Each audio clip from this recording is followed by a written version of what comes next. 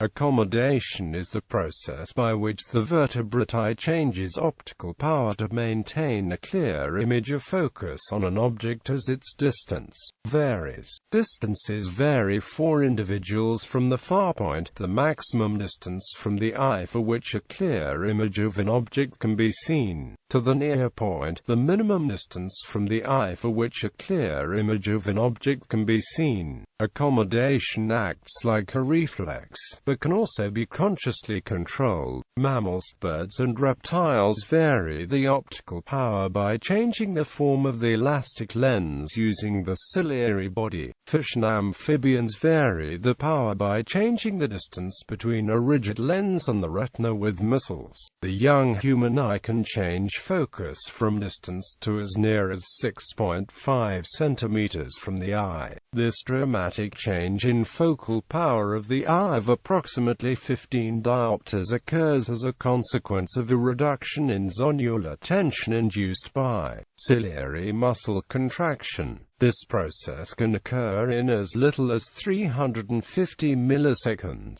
The amplitude of accommodation declines with age. By the fifth decade of life, the accommodative amplitude can decline so that the near point of the eye is more remote than the reading distance. When this occurs, the patient is presbyopic. Once presbyopia occurs, those who are emmetropic will need an optical aid for near vision. Those who are myopic will find that they see better at near without the distance correction, and those who are hyperopic will find that they may need a correction for both distance and near vision.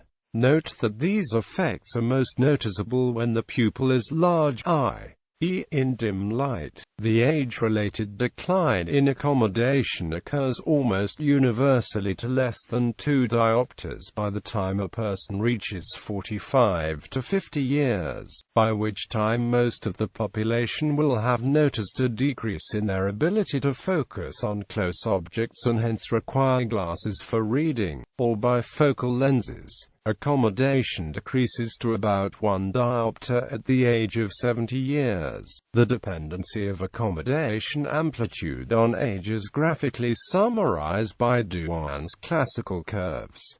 Theories of mechanism. Helmholtz. The most widely held theory of accommodation is that proposed by Hermann von Helmholtz in 1855. When viewing a far object, the circularly arranged ciliary muscle relaxes, allowing the lens zonules and suspensory ligaments to pull on the lens, flattening it. The source of the tension is the pressure that the vitreous and aqueous humors exert outwards onto the sclera. When viewing a near object, the ciliary muscles contract, causing the lens zonules to slacken, which allows the lens to spring back into a thicker, more convex form.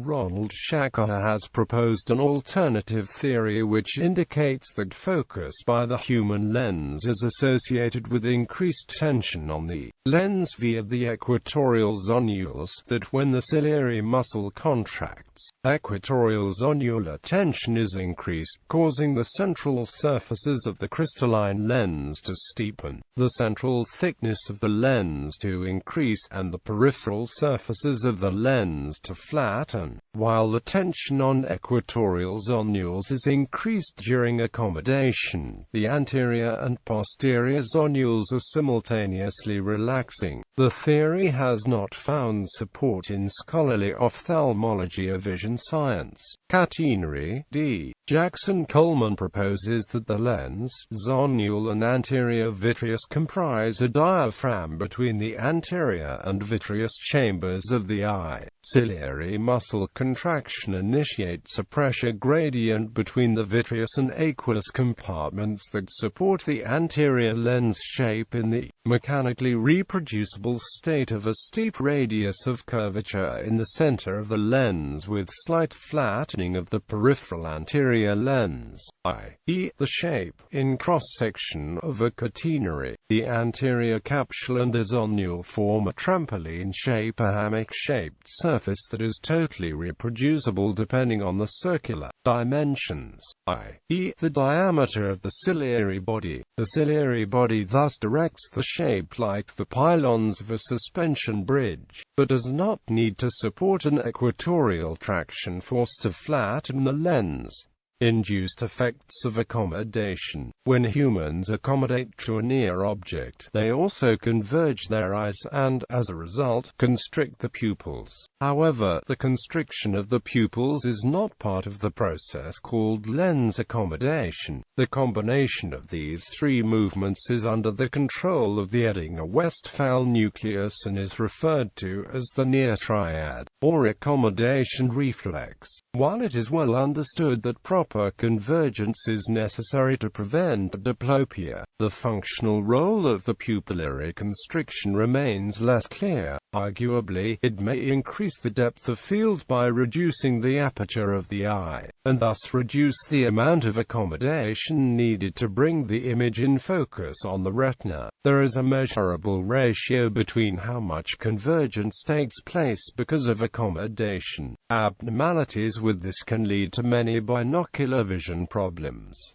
Accommodative dysfunction. Duke Elder classified a number of accommodative dysfunctions: accommodative insufficiency, ill-sustained accommodation, accommodative infacility, paralysis of accommodation, spasm of accommodation.